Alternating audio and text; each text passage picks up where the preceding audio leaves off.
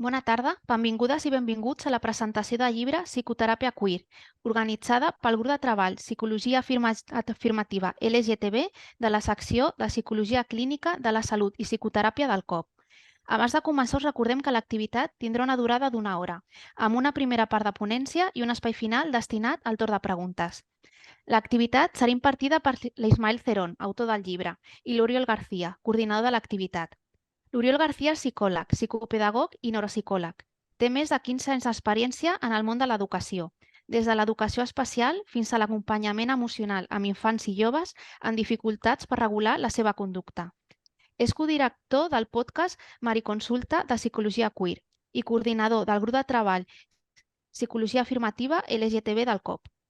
Abans de començar, us informem que la sessió sí serà gravada i que l'organitzador prohibeix expressament el registre audiovisual i la posterior difusió o exhibició de l'imatge en qualsevol suport, ja sigui material o electrònic. Així doncs, iniciem la sessió. Quan vulguis, Oriol, pots començar. Moltes gràcies. Moltes gràcies. Bé, des del grup de treball de psicologia LGTBI del COP estem molt il·lusionats de començar aquest any amb el cicle formatiu que ens proposem com a grup de treball i bueno, tenim l'honor de poder gaudir amb l'Ismael Cerón, que avui ens gaudirem de la seva presència. Ismael es psicólogo sanitario y psicoterapeuta, especialista en clínica y psicoterapia psicoanalítica con adultos, con niños y adolescentes, experto universitario con terapia familiar en psiquiatría, máster oficial universitario en estudios LGTBIQ+, y actualmente trabaja como psicoterapeuta en consulta privada. Es autor del libro Psicoterapia Queer, una introducción, de Bellaterra del año 2023, y hoy, bueno, gozamos con tu presencia, Ismael, para que nos puedas explicar un poquito, ¿no? La historia de este libro, un poquito, que nos cuentes, a ver, bueno, un poquito el relato, ¿no? de este magnífico libro que, como comentábamos hace poco, hace falta más divulgación dentro del mundo de la psicología LGTBI, ¿no? Bueno, lo primero, daros las gracias, bueno, dar las gracias a todo el mundo que está asistiendo hoy a la presentación del libro. Para mí es muy importante y sobre todo dar gracias a Oriol y al Colegio Oficial de Psicología de Cataluña que haya pensado en poder invitarme. Para mí, sinceramente, es un honor y me siento súper honrado de poder estar aquí. O sea, escribí este libro por muchos motivos, pero sinceramente una de las fantasías que yo tenía en la cabeza era poder hablar de este libro bueno, en los colegios oficiales de psicología, porque creo que es importante poder, mirar, o sea, introducir otra mirada completamente diferente a la canónica que se ha venido haciendo hasta ahora. Entonces, nada, agradecer el espacio, agradecer el interés, para mí es muy importante. Entonces, nada, voy a hacer una exposición un poco de con qué tiene que ver que escribiera este libro y qué nos vamos a encontrar en este libro cuando cuando lo vayamos a hojear o lo vayamos a estudiar o a leer. Para eso me voy a apoyar en un PowerPoint que voy a ir un poco explicando poco a poco un poco con qué tenía que ver para que yo escribiera el libro y un poco qué nos vamos a encontrar en él, si os parece. Entonces voy a compartir la pantalla. Esto significa que lo hacemos de esta manera. A ver, no sé si se ve bien. Perfecto. Vale. Pues nada, esta es un poco la portada del libro. Efectivamente, como decía Oriol, salió el año pasado, en febrero, justo, hace ahora casi un año, con la editorial maravillosa Bellaterra. La verdad es que Bellaterra, me sentí también además súper orgulloso de que una editorial tan potente y que introduzca pensamiento crítico, pues un poco publicara este libro y... Bueno, un poco os voy a ir contando qué es lo que... A ver, espera, a ver si... Vale, que esto es lo típico que cuando... Vale. Antes de empezar a contaros un poco de qué va el libro, qué es lo que hace que yo, tuviera deseo de escribir este libro, para mí es importante contaros desde dónde hablo, ¿vale? Un poco como decía la pensadora feminista Donna Haraway, el conocimiento no es universal, o sea, el conocimiento es situado y en función de los lugares desde donde estemos, seguramente vamos a ver el mundo desde con unos prismas o con otros prismas, ¿no? Entonces, para mí es importante deciros desde dónde hablo ahora, ¿vale? Hablo situado desde la posición de hombre. Pongo en interrogatorios lo de hombre porque es verdad que cada vez me voy identificando menos con esa categoría. Pero bueno, todavía le pongo interrogaciones porque está como de alguna manera diluyéndose. Por eso también pongo la de cis, porque en general me he identificado como cis, pero bueno, me genera también cierto ruido, ¿no? Me sitúo también desde la posición de blanco, posición de bisexual, europeo, madrileño, de clase media, con 42 años, con capacidades funcionales normativas, un cuerpo que no excede demasiado de las imposiciones gordofóbicas globales y la documentación en regla desde que nací. Esto sería más o menos las etiquetas o los soportes en los que yo más o menos me muevo a día de hoy, ¿no? A 1 de febrero de 2024. Pero es verdad que si hay una palabra o un concepto con el que me identifico bastante fuerte es con la palabra queer. Seguramente muchos de vosotros tendréis conceptos de lo que significa la palabra queer, aunque es verdad que es una palabra difícilmente definible. De hecho, la palabra queer casi que es muy poco queer, intentar definir la palabra en sí misma, ¿no? ¿Qué quiero decir yo aquí cuando digo queer?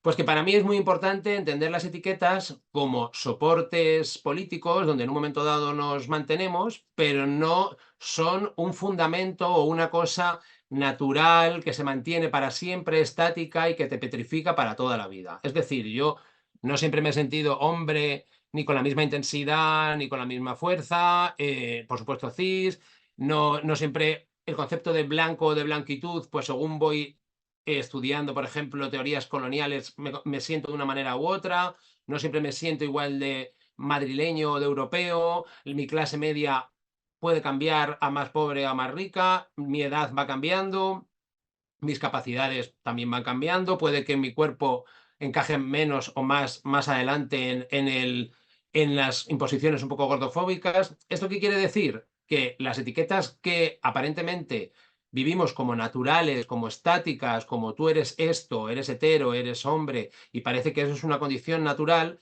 tiene mucho más que ver con construcciones sociales y con cosas que no podemos encajar y meter en cajones como están ahí metidas, ¿no? De hecho, no es casual que estén en cajones porque, de esto lo vamos a ir hablando ahora un poco más adelante, a veces parece que nos queremos meter en cajones. Yo me siento normal, me siento bien si soy un hombre adecuado o si soy una persona que se comporta de una determinada manera, entra en los cánones normativos de lo que tiene que ser hombre o ser hetero, lo iremos viendo, pero esto de queer tiene mucho que ver con eso, con no petrificarnos con las identidades y salirnos un poco de ese marco tan cerrado, ¿no? Y desde la psicología eso nos va a dar mucho juego y mucha libertad, ¿vale? Pero bueno, lo vamos a ir viendo. ¿De dónde nace la idea del libro? Pues básicamente aquí me tengo que remontar a una historia un poco personal. Yo, pues en la adolescencia, la verdad es que sufrí varias violencias, tanto física como emocional, psicológica, porque soy una persona queer, soy una persona bisexual, soy lo que se entiende en la sociedad como un hombre fallido, sensible, emocional, eso claro. El mundo en el que vivía en aquel momento pues me dejó muy claro que oí la palabra maricón sin parar y me dejó una herida importante. La verdad es que yo desarrollé una culpa y una vergüenza sobre mí mismo y yo pensaba que, pues eso, que era un poco una basura. Entonces, fueron unos años bastante difíciles y cuando tocó elegir una carrera universitaria dije, bueno, pues psicología. Psicología seguro que va a ser un lugar donde yo voy a encontrar libros, donde voy a encontrar profesores que me ayuden a entender que a lo mejor esta culpa y esta vergüenza que yo tengo no tiene tanto que ver conmigo, que yo sea malo o bueno, sino que a lo mejor vivo en un mundo machista, LGTBQ-fóbico, misógeno, que es el que me mete a mí un poco esa idea, pero que a lo mejor no es que yo tenga algo malo, ¿no? La realidad es que ni siquiera ahora en los planes de estudio de psicología hay verdaderamente una mirada y un abordaje importante con respecto a toda la diversidad funcional, diversidad de género, pues mucho menos cuanto yo me matriculé en psicología en el año 99, ¿no?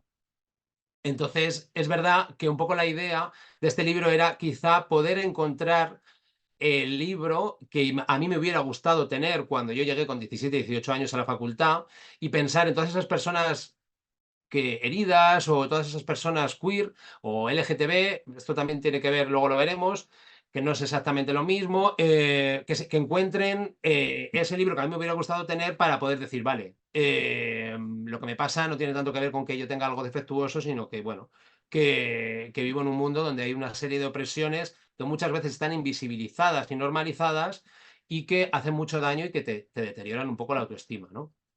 Entonces, bueno, esa es un poco la idea del libro, una deuda pendiente que yo también tenía conmigo mismo, pero claro, soy psicólogo, psicoterapeuta, trabajo con muchísimas personas LGTBIQ+, entonces también me parecía una herramienta importante para poder colectivizar con compañeros y poder también profundizar y mejorar mi trabajo en terapia, ¿no? Lo que os decía, yo cuando llegué a la facultad me encontré que la psicología que se impartía era un conocimiento que estaba pensado, o sea, en torno a un sujeto canónico, a un sujeto cis, un sujeto heterosexual, un sujeto blanco, de clase media, productivo y con cuerpo normativo. La mayoría de las personas o sea, el conocimiento que se ha generado desde la psicología tiene en la cabeza que tiene que atender a este perfil, ¿no? Incluso ya no solo en la facultad de psicología, sino cuando haces posgrados donde tú te vas a formar como terapeuta, a no ser que vayas a un sitio específico de psicoterapia afirmativa LGTB, esta mirada no se contempla. La diversidad se celebra el día 17 de mayo o el día 28 de junio, pero no es una cosa que está permanentemente incorporada en los estudios, ¿no? De hecho, no por nada se tuvo que crear en la segunda mitad del siglo XX una psicología que se llamara psicología afirmativa LGTB. Eso lo que da cuenta es que la psicología normal, por así decirlo, la psicología canónica, no estaba atendiendo a un montón de subjetividades, como por ejemplo estas, ¿no? Entonces es verdad que la idea del libro también es un poco hacer una crítica a los pilares cis heteropatriarcales dominantes de la psicología y la psiquiatría, ¿no? Que como están camuflados en la norma, pues muchas veces no lo ves. Como la norma siempre ha sido, pues lo cis, lo trans siempre ha sido relacionado con algo patológico. Ahora parece que eso va cambiando, pero venimos de no hace tanto de ideas bastante oscuras con todo esto, ¿no? Si eres hetero, tienes un certificado un poco invisible de salud mental, aunque no nadie te lo diga, pero bueno, históricamente si no eras hetero, entonces ya podía haber alguna sospecha de esto, ¿no? Y esto ha sido la norma en la psicología y en la psiquiatría genérica, vamos. Y un poco lo sigue siendo, a no ser que te vayas a sitios un poco más específicos, ¿no?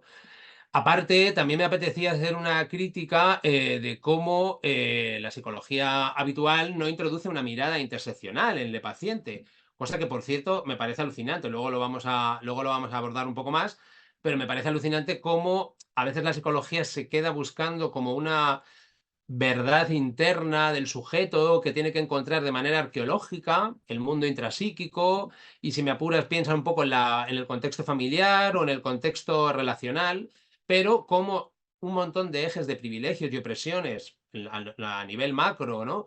Nos configuran toda esa parte, pues en general los psicoterapeutas no lo tienen, no lo contemplan, se ciñen mucho a un aspecto como muy encapsulado del sujeto que están atendiendo, ¿no? Y me parece que esto desde las instituciones de la psicología lo promueven bastante, no tener esta mirada interseccional y creo que es muy problemático, ¿no? Aparte de lo que hablábamos antes, la psicología tiene una visión pues excesivamente hiperidentitaria y normalizadora de las etiquetas asignadas, ¿no? Las identidades, lo hablaremos un poquito más adelante, son estupendas para poder reivindicar derechos no conquistados, para poder nombrar lo que no existe, entonces las identidades nos sirven para eso, pero si nos hiperidentificamos con lo que sea, puede que estemos un poco acortando nuestras prácticas de libertad, nuestro flujo de deseo, porque tenemos que ceñirnos a lo que dice la identidad que somos. Y lo vivimos como si fuera algo natural, como si fuera algo biológico, como si fuera algo estático y estable para toda la vida, ¿no? Lo que yo decía antes de mis etiquetas, de desde dónde hablo, ¿no? Seguramente, precisamente porque no son tan estáticas ni tan biológicas, se van moviendo y es interesante que eso lo tengamos en cuenta desde nuestra mirada psicoterapéutica, ¿no? Y luego la idea de que la psicología debe ser política. ¿Qué significa esto? Cuando decimos política no tiene tanto que ver con lo que entendemos a veces como política, partidos políticos. No, no tiene tanto que ver con eso. Tiene que ver con que la parte de lo que estamos hablando, de la parte colectiva, lo comunitario, lo social, es imprescindible poder introducirlo en la consulta. Si tú te colocas en una posición de neutralidad, lo que haces es reproducir la norma, lo que está funcionando de manera invisible, que en general suele ser la cis heteronorma.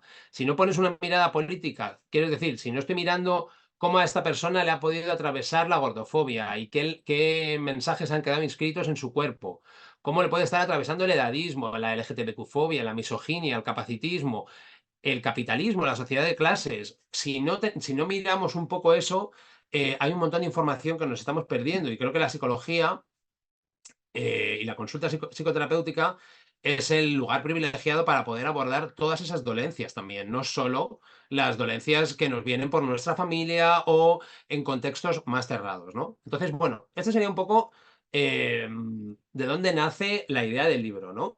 De cosas personales y cosas profesionales. Se llama psicoterapia queer. Y yo pensaba que tenía sentido decir qué es esto de qué significa la palabra queer, que seguramente muchos de vosotros estaréis hartes de oírlo, pero me parecía interesante por lo menos situarlo un poco, ¿no? Como decía al principio, definir lo queer es algo bastante poco queer, porque lo queer, de hecho, a veces, de manera rápida y genérica, se suele decir LGTBIQ+, pero la Q ahí es un poco, no digo la antítesis, pero no es exactamente lo mismo. LGTBI quizás sí que son identidades, la Q no es tanto una identidad, sino una posición crítica, una posición política de crítica antinormativa, bueno, como de revisar antiidentitaria, ¿no?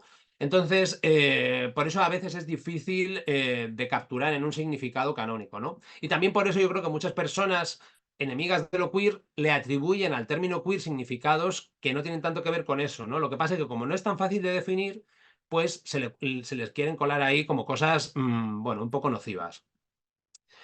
Es una palabra anglosajona que toda la vida ha sido equiparable a la palabra maricón, a la palabra bollera, a la palabra travelo. Era un insulto que se usaba contra las personas que se alejaban de la norma sexo-género, ¿no? Entonces, bueno, la realidad es que si straight, por ejemplo, en inglés significa recto y significa hetero, queer significaría lo contrario, ¿no? Ser extraño, lo que es raro, torcido, dudoso, lo que se aleja de lo normal, ¿no?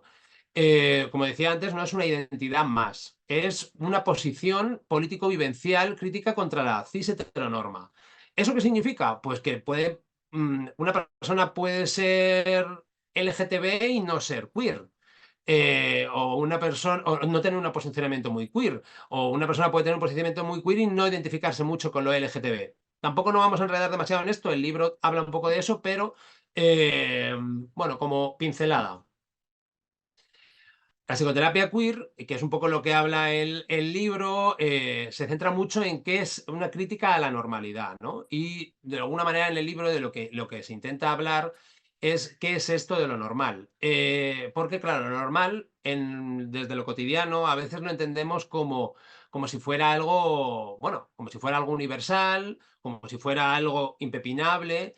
Y no hay nada de esencial ni impepinable en lo normal. En cada contexto se decide lo que es normal. Lo que es normal en Madrid no es normal en un pueblo de, yo qué sé, de Granada. Lo que era normal en la España de 1950, donde tú podías oír tranquilamente, mi marido me pega lo normal, pues ahora no es normal. ¿Esto qué quiere decir? Que entonces lo normal es una cosa que se configura entre todos. Es un convenio social, no es algo... Cuando tú dices, bueno, yo hago lo normal, bueno, lo normal no significa necesariamente que sea lo más saludable ni lo más adecuado, que a veces se equipara, ¿no? O sea, se trata de que lo normal es lo que se acuerda en cada contexto. ¿Qué pasa? Que la psicoterapia queer, de alguna manera, de lo que va a hablar es de decir, bueno, si lo normal son acuerdos entre todas las personas que convivimos, sería muy deseable que acordemos normalidades lo más plurales posibles, los más inclusivas posibles, lo más revisables posibles. Es decir, si hoy lo normal es esto, que lo podamos revisar cada cierto tiempo, porque hay cierta tendencia a que se petrifique lo normal, pero sabemos que eso puede ser problemático. Entonces, incorporar un poco la idea de que las cosas pueden revisarse y que hay que permanentemente estar ajustándose para que el mayor número de personas posibles sientan que no son o no están fuera de lo normal, tal y como se entiende, porque lo contrario a lo normal toda la vida ha sido, pues, sentirse raro, sentirse enfermo, sentirse patológico, y en general eso nos gusta, o sea, no nos gusta sentirnos de esa manera, ¿no? ¿Qué pasa? Que en nuestro país, por ejemplo, o sea, aquí 40 años de nacionalcatolicismo, por ejemplo, y la herencia que eso ha dejado en las estructuras e instituciones a todos los niveles, implica que tengamos muy metido en la cabeza que lo normal es ser cis, lo normal es ser hetero, lo normal es tener unas capacidades funcionales productivas que encajen muy bien en la lógica capitalista, que podamos acumular riqueza, que tener dinero. Por supuesto, lo normal es ser blanco. Entonces, obviamente, todos esos sesgos, si no los pensamos un poquito a la hora de atender a nuestras pacientes, pues pueden ser problemáticas y puede que no ayudemos a la gente, incluso lo contrario, ¿no? Que podamos perjudicarlos.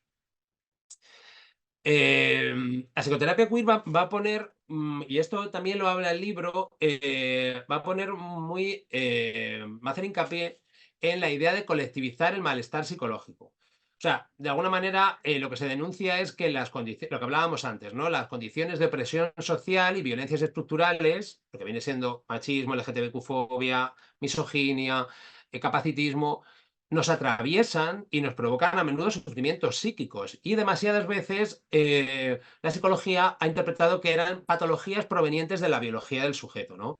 Entonces, aquí hay un problema en este sentido, ¿no? La psicoterapia queer vendría, y el libro habla mucho de eso, a reclamar que no se pueden solucionar todos los malestares psicológicos únicamente desde la psicoterapia individual, desde la perspectiva médica, desde el tratamiento psiquiátrico.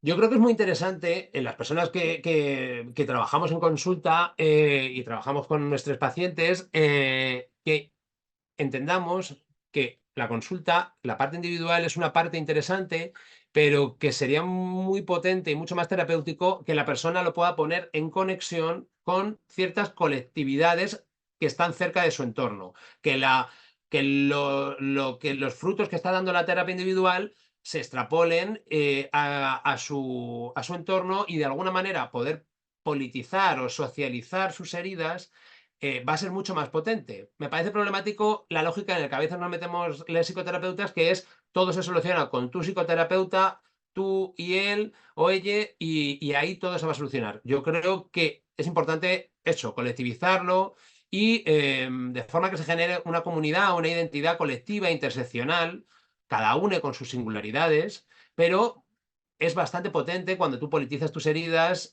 A mí, de hecho, me ha pasado, cuanto más contacto me he puesto con más personas que han vivido con cosas parecidas a las mías, pues más fácil ha sido aliviar mi sufrimiento, reparar, incluso esta palabra tan manida, pero que es cierta, la de empoderarte, ¿no? Y dejar de sentirte tan... Bueno, desde luego la culpa y la vergüenza desaparecen cuando también, no solo desde lo individual, sino también desde lo colectivo, bueno, pues tiene bastante potencia, ¿no?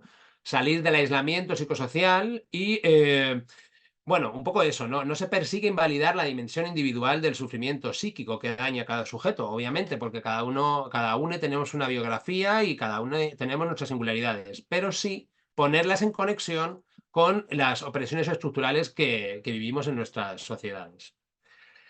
El libro también tiene un apartado que hace una crítica parcial a la psicoterapia afirmativa LGTB.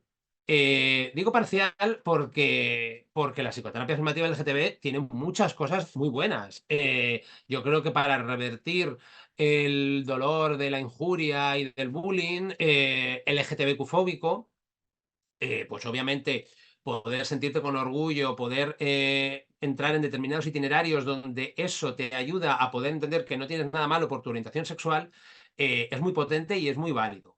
¿Qué pasa? Que hasta cierto punto puede ser una terapia limitada si quieres ir más allá, porque si quieres trabajar más cosas aparte de eso, es verdad que hay una ausencia de un enfoque interseccional, porque es verdad que las personas somos, hay un montón de vectores identitarios que nos atraviesan, no solo la orientación sexual, y es verdad que a veces lo LGTB, o sea, la psicoterapia afirmativa LGTB se ha enfocado demasiado en eso y aparte, de una manera muy desigual. Si tú te pones a investigar, que a mí me pasó con el libro, hay muchísimo más de investigación en psicoterapia afirmativa de hombres cis gays que de mujeres lesbianas, de personas bisexuales, ya ni te cuento de personas queer, gender fluid, no binarias.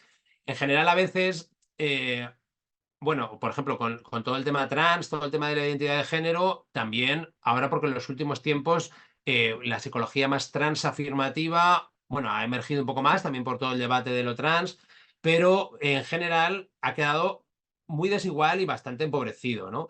Entonces, y a veces, de hecho, según qué psicoterapias afirmativas, a veces también tendían a bueno, acepta tu etiqueta gay, entra en el paradigma gay, por ejemplo, y con todo lo que ha significado como, bueno, como una especie de circuito en el que ahí puede ser feliz, y sería a veces un poco reproducir cierto esquema un poco petrificador, ¿no? Entonces, bueno, la psicoterapia afirmativa tiene sus luces, pero de alguna manera el libro también intenta de una manera afectiva y cariñosa, porque la psicoterapia afirmativa LGTB funciona, pero cómo intentar poner un punto crítico para poder avanzar en ese sentido.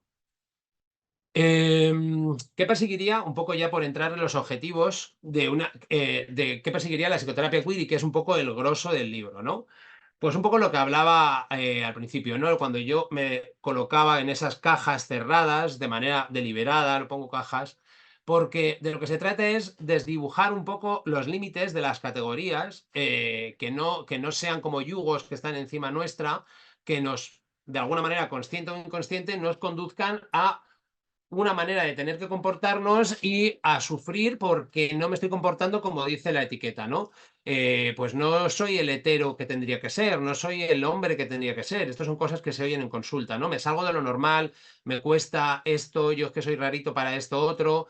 De alguna manera, una psicoterapia queer lo que ayuda es a entender que las etiquetas son soportes en los que poder, bueno, posicionarnos en un momento dado, pero de una forma flexible, de una forma plural, para poder liberar nuestro psiquismo de tener que sufrir en encajar en esa norma, ¿no? O sea, la realidad es que nuestros deseos, nuestra multiplicidad, no es reducible a una etiqueta. Seguramente pues para poder comunicarnos, tú dices, bueno, pues yo soy bisexual. Ok, pero si te viene una persona a consulta y te dice soy bisexual, yo creo que hay que preguntar mucho más, ¿no? O sea, ¿qué significa para esa persona ser bisexual? ¿Con qué tiene que ver que lo esté diciendo?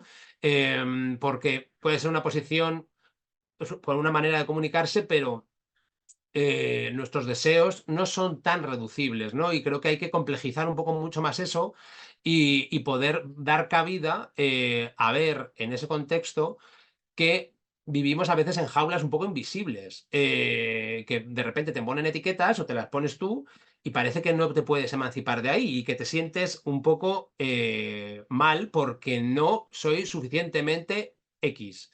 De lo que se trata es un poco de esta psicoterapia lo que te permite es ver todas las puertas, no para tener que atravesarla, cada persona se deconstruye cómo y cuánto quiere y no se trata de a llegar a ningún lugar, pero sí creo que me parece que el de psicoterapeutas tiene que ser un lugar liberador para poder facilitar la emancipación de la persona, aumentar sus prácticas de libertad y que pueda detectar las opresiones del régimen de la normalidad en el que estamos insertes, ¿no?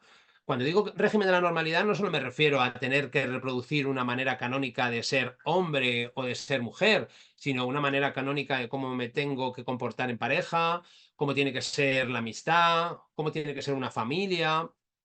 Entonces, sin que nadie nos haya pasado un manual, sabemos cómo tenemos que comportarnos para parecer cuerdos y para no salirnos de la norma. Y eso genera muchos problemas, porque y de hecho la psicología es estupenda porque es un buen observatorio para ver que esas personas que tú ves en la calle y que te parecen súper normales, en la consulta que vienen ahí a hablar de sus dolores y de sus sufrimientos, te das cuenta de que de cerca, como decía Caetano Veloso, que esa frase me gusta mucho, de cerca nadie es normal. Entonces, qué estupendo sería que esto de la normalidad no sea un yugo que tanto nos machaca, ¿no? Entonces, bueno, objetivos específicos de la psicoterapia queer. Tomar conciencia, eso, del carácter construido, de las etiquetas identitarias que arrastramos para poder manejarnos con ellas con más flexibilidad. Revertir los mensajes nocivos interiorizados, ¿no? A partir de un análisis sociopolítico de nuestro recorrido vital, como determinadas opresiones, a veces normalizadas, como la gordofobia, como la LGTBQ-fobia. Bueno, poder hacer un análisis sociopolítico de eso te permite pensar lo que me pasó a mí. Ah, vale, que no soy una mierda por ser bisexual o por no cumplir con el canon del hombre, que es que hay una serie de opresiones que te van colocando gotita a gotita esa idea hasta que tú inoculas e interiorizas esa idea, ¿no? Me parece que un análisis sociopolítico desde ese plano, con todos los ejes de opresión y privilegio que nos atraviesan, me parece más complejo y que va a ser más rico y más liberador para la persona que atendemos, ¿no? La idea es eso, crear un proyecto de vida genuino y no dependiente permanentemente de la aprobación de la heteronorma racial capacitista, ¿no? No tener que comportarnos como se espera de mí, ese rollo de tengo que ser cuerdo de la manera que supuestamente es ser cuerdo, que seguramente sea pues tener una pareja heterosexual, casarte, tener hijos, si puede ser niño y niña, en fin, bueno, lo que sabemos todos un poco de manera canónica, que está muy bien si lo haces, pero si lo haces de una manera reflexiva y eligiendo deliberadamente, porque esa opción es la que más te gusta, no tanto porque te ha ido llevando la norma y tú ni siquiera te has planteado nada, ¿no? Entonces, bueno, desde luego es una psicoterapia que te abre opciones para poder pensar la pareja, la familia, la amistad, por supuesto, la sexualidad, desde otros lugares y que cada persona pueda elegir dónde se quiere situar.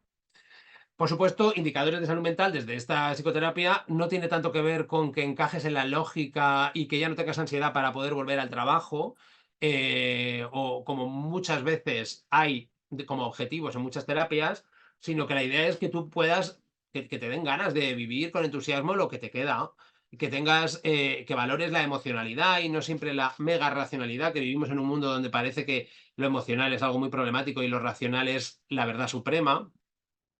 Experimentar con el deseo, y no solo me refiero con el deseo afectivo sexual, sino el deseo como ese motor que te hace, o sea, deseo, motivación, buscar ese tipo de cosas que te permiten hacer que la vida sea vivible y sea ilusionante.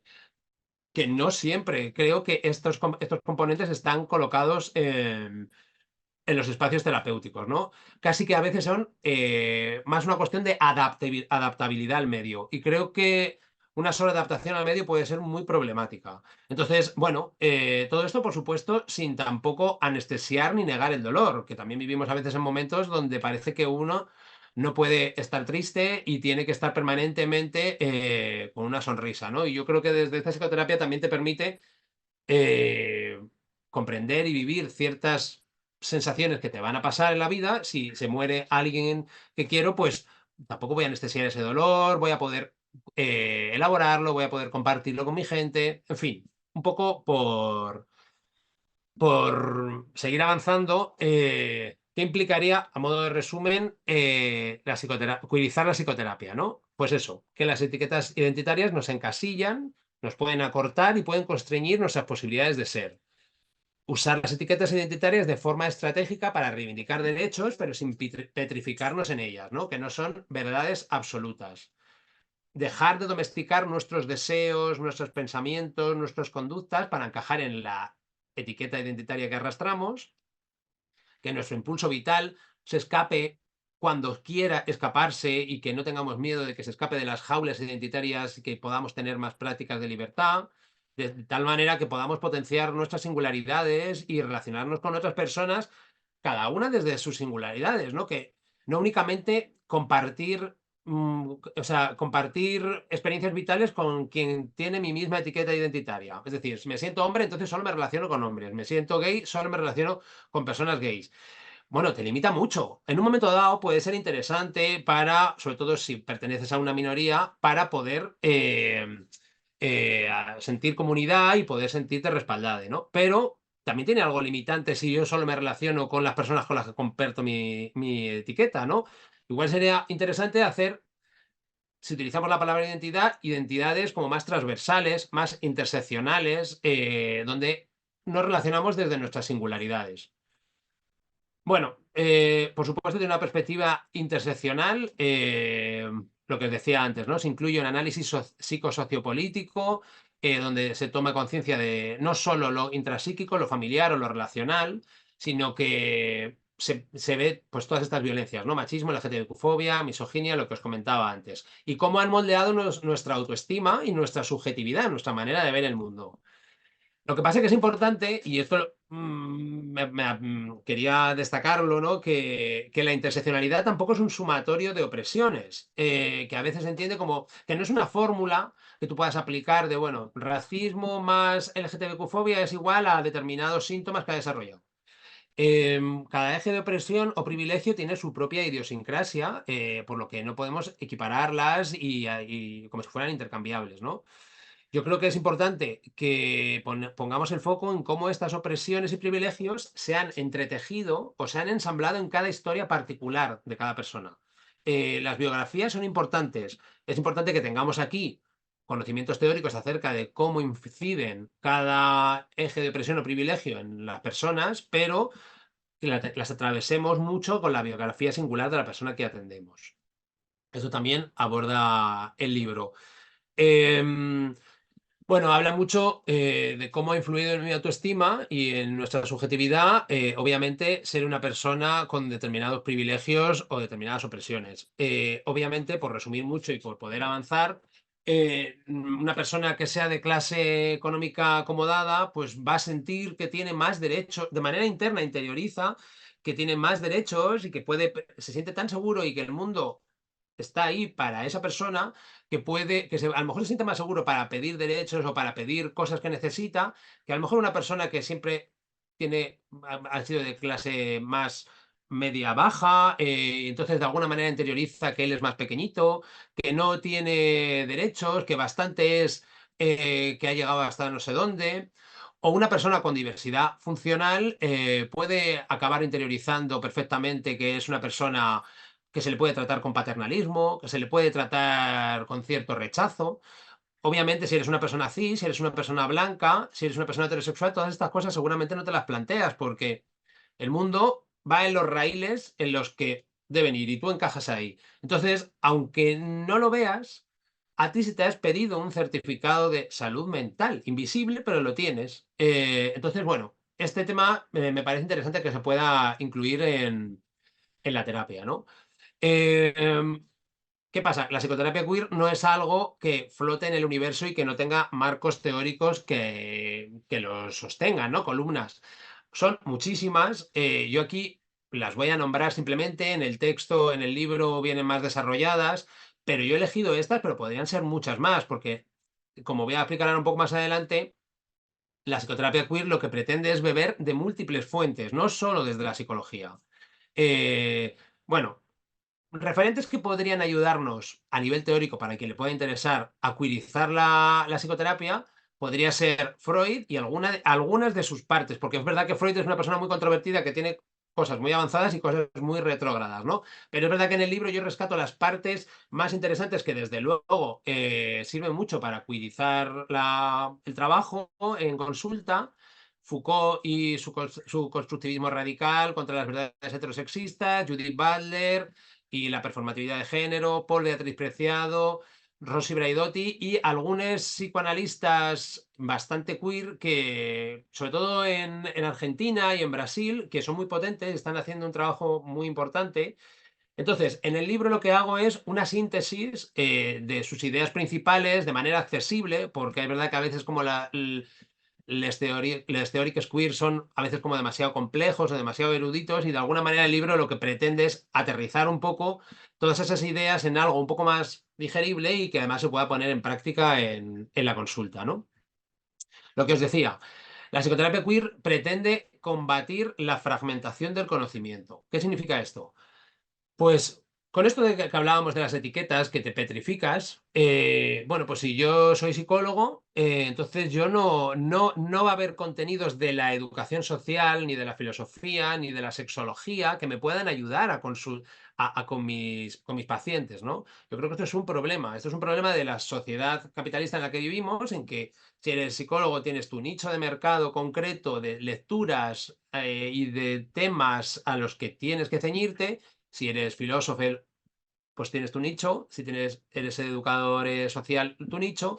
Y creo que esto es muy problemático, creo que limita muchísimo y que de alguna manera la psicoterapia queer lo que pretende es beber de múltiples fuentes, vendría a ser de las ciencias humanas. Que de lo que estamos hablando es que hay un montón de referentes que te pueden ayudar para entender perfectamente el sufrimiento que está teniendo la persona con la que estás trabajando. Y que petrificarnos en la idea de soy psicólogo, entonces solo me puedo formar en esto, me parece muy limitante, muy problemático. Y yo, desde luego, cuando he decidido contaminar mi mirada en otros lugares porque la psicología llegaba hasta cierto punto, pues ha sido muy útil y desde luego las terapias han mejorado considerablemente, ¿no?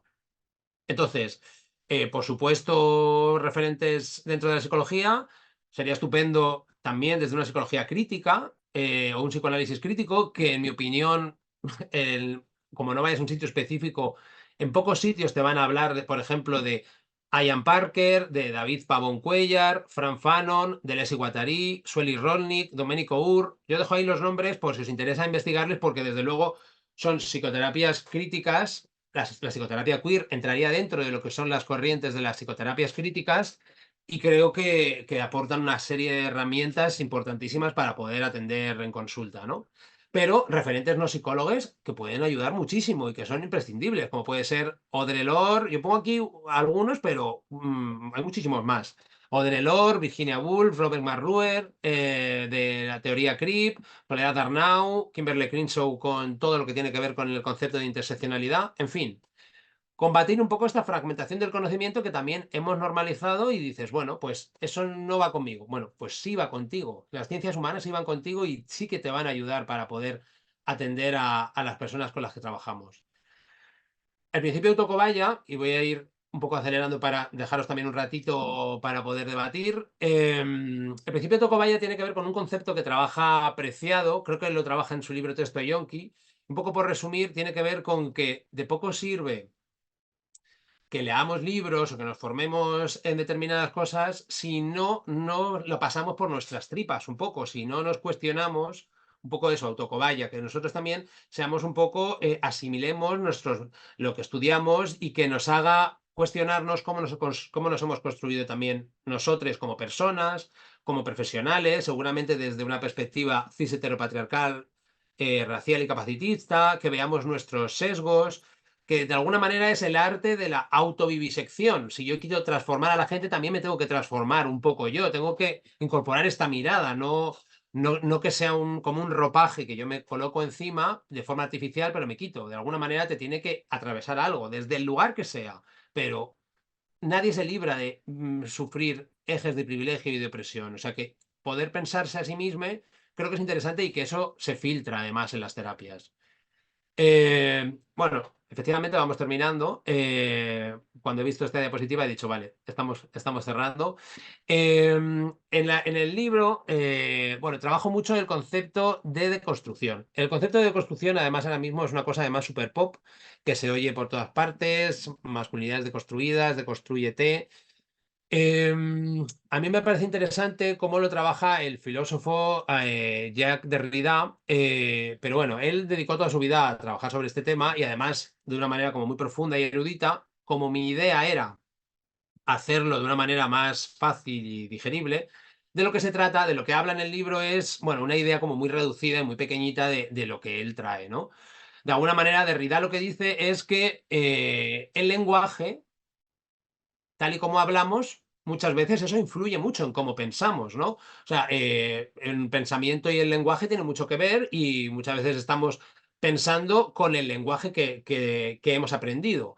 ¿Qué pasa? Que si nos damos cuenta que el lenguaje que hemos aprendido, pues muchas veces tiene muchos sesgos, ya no solo heteropatriarcales, sino binarios, bueno, malo, blanco, negro, hombre, mujer, son muy jerárquicos, son muy verticales, acabas viendo el mundo de esa manera, muy binaria, muy vertical, porque el lenguaje que tú has aprendido, que te ayuda a pensar, de alguna manera te está moldeando ya para que pienses en esos términos, ¿no?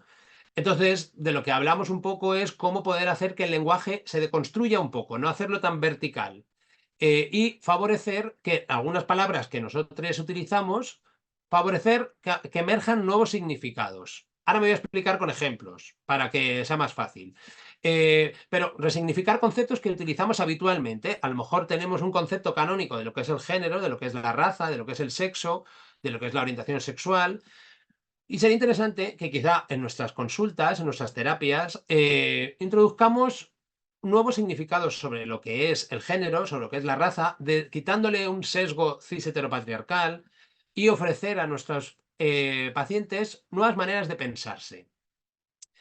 En el libro yo aporto esta tabla, que se llama Tabla de Psicodeconstrucción Queer, que lo que te permite un poco a modo de guía para empezar a queerizar tu consulta, esta es como la parte más práctica, donde se ofrece, por ejemplo, pensar que a nivel individual de tu paciente, facilitarle conceptos diferentes de lo que es la identidad, de lo que pueda pensar diferente su identidad desde un lugar no tan canónico, que pueda pensar su cuerpo desde un lugar de otra manera, su género, su sexo, su orientación sexual o su sexualidad. Eso en la esfera de lo individual.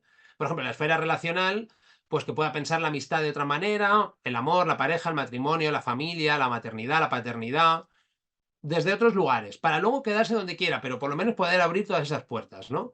Y en el paciente también poder favorecer nuevos conceptos de lo que es raza, capacitismo, salud mental, en fin.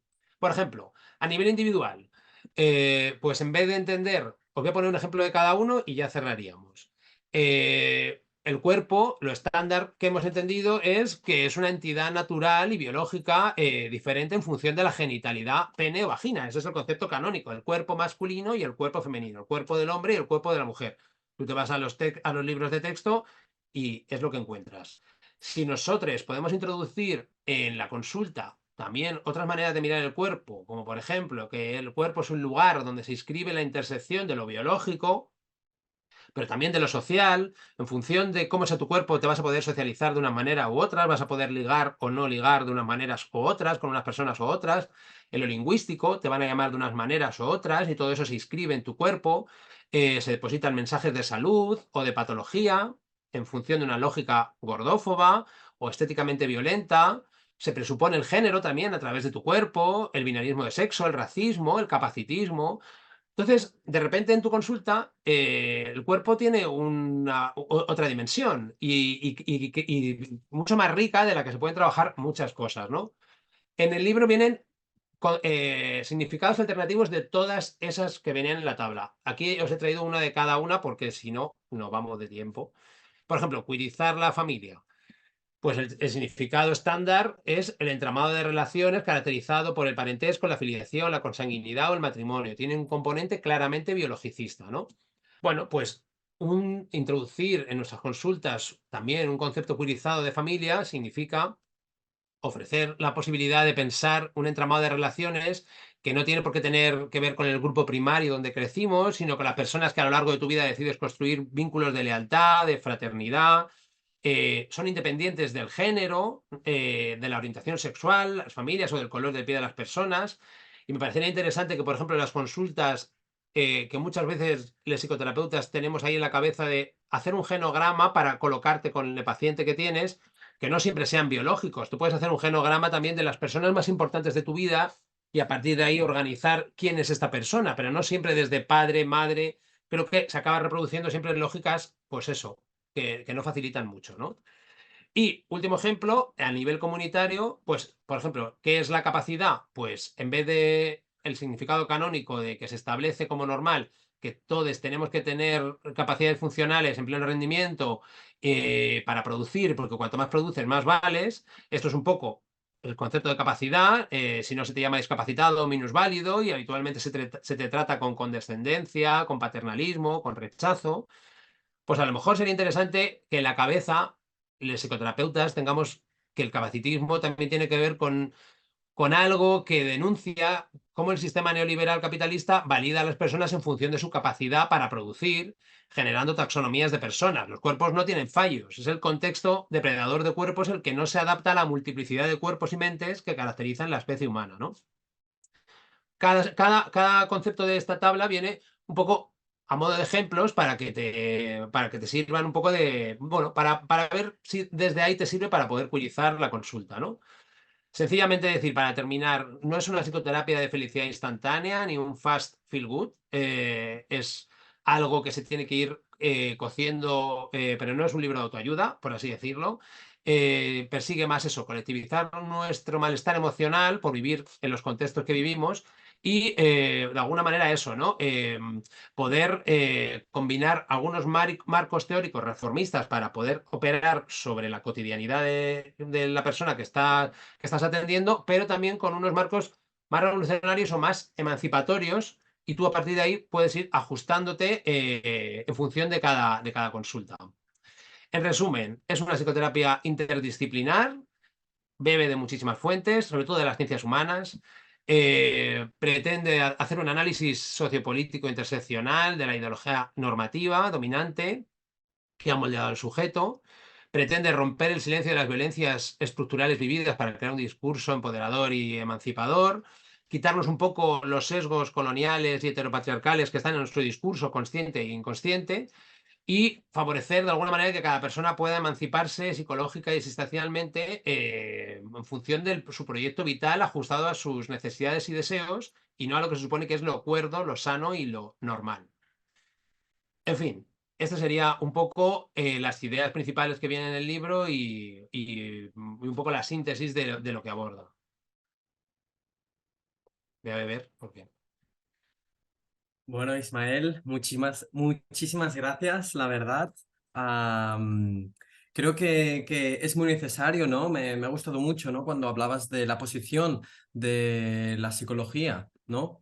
Que al final, ¿no? Como dentro de esta matriz de de la interseccionalidad, ¿no? Como la Ujú. posición privilegiada del altavoz de la psicología nos permite crear un nuevo marco de referencia, ¿no? Dentro de todo esto de todo este, ¿no? Sobre todo desde esta perspectiva histórica de que desde hace unos años, no hace muchos tampoco, el colectivo LGTBI estaba dentro de algo patológico, ¿no? Dentro de esta óptica psicológica y cómo ahora estamos renovando, ¿no? Ujú. Toda esta mirada, ¿no? Todo este acompañamiento y bueno, ¿no? Este hecho político, ¿no? Que es muy Claro. necesario, ¿no? Como bien decías, no perder tampoco esta visión.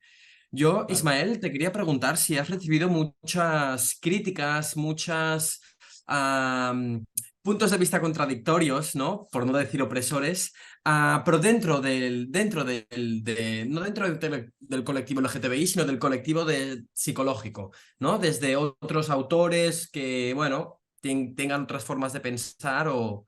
No sé si te lo has encontrado, Ismael, o... La verdad que no, la verdad que no. No sé si es porque no, o sea, lo pensarán o no, no lo sé, pero la verdad es que lo que me estoy encontrando, no sé si lo que me llega a mí es la opinión de todo el mundo, hay gente que o que se te acerca a la gente que en realidad, no sé, o le está gustando o le parece importante. Lo que me llega sobre todo es que es una mirada distinta que no se encapsula. Hay gente que me dice, mira, me parece interesante porque no se trata de una corriente cognitivo-conductual, no se trata de una corriente psicoanalítica, no se trata de colocarme en una corriente en concreto, sino de, desde donde trabajes, poder mirar un poco los sesgos en los que nos hemos construido. Y me parece interesante lo que dices porque si bien es cierto que ahora ya en lo políticamente correcto, las personas LGTBIQ+, no estamos en los manuales y se supone que estamos despatologizadas, es cierto que al tener que formarte en sitios concretos, específicos, como psicoterapia afirmativa LGTB, para poder atender a personas con estas necesidades y que no sea desde lugares estructurales públicos, también da cuenta de que, ok, vale, ha salido de los manuales, pero necesitamos también que estén dentro de los planes de estudio y que que la diversidad sea la norma. Entonces, que no sea una cosa que se celebra tal día o tal otro, sino que la diversidad verdaderamente sea la norma. Eso yo, hasta donde a mí me ha llegado con el libro, que es un poco el mensaje, o uno de sus mensajes principales, a mí no he visto demasiada oposición. Y fíjate que yo cuando publicaba el libro digo, bueno, no sé qué me voy a encontrar, pero no he visto demasiada oposición en ese sentido, la verdad. Qué bien, ¿no? Y yo creo que al final es un poquito esto, ¿no? El ir haciendo divulgación de estos proyectos, ¿no? Ir haciendo de altavoz, sobre todo desde aquí, del Col·legi Oficial de Psicòlegs de Catalunya. ¿No? Un poquito es nuestra intención y era nuestra intención de invitarte para, bueno, para continuar con esta taca d'oli, ¿no? Que le decimos en catalán, esta mancha de aceite para ir a hacerlo más grande. Y bueno, Ismael, estamos muy agradecidos de tu participación. Ahora Gracias a vamos a vosotros. ver si el público quiere participar o tiene alguna, estoy seguro que sí, que tendrá alguna pregunta o entramos ahora con esto. Muchas gracias, Ismael. Muchas gracias a Gracias, vosotros Ismael, por por la esta invitación.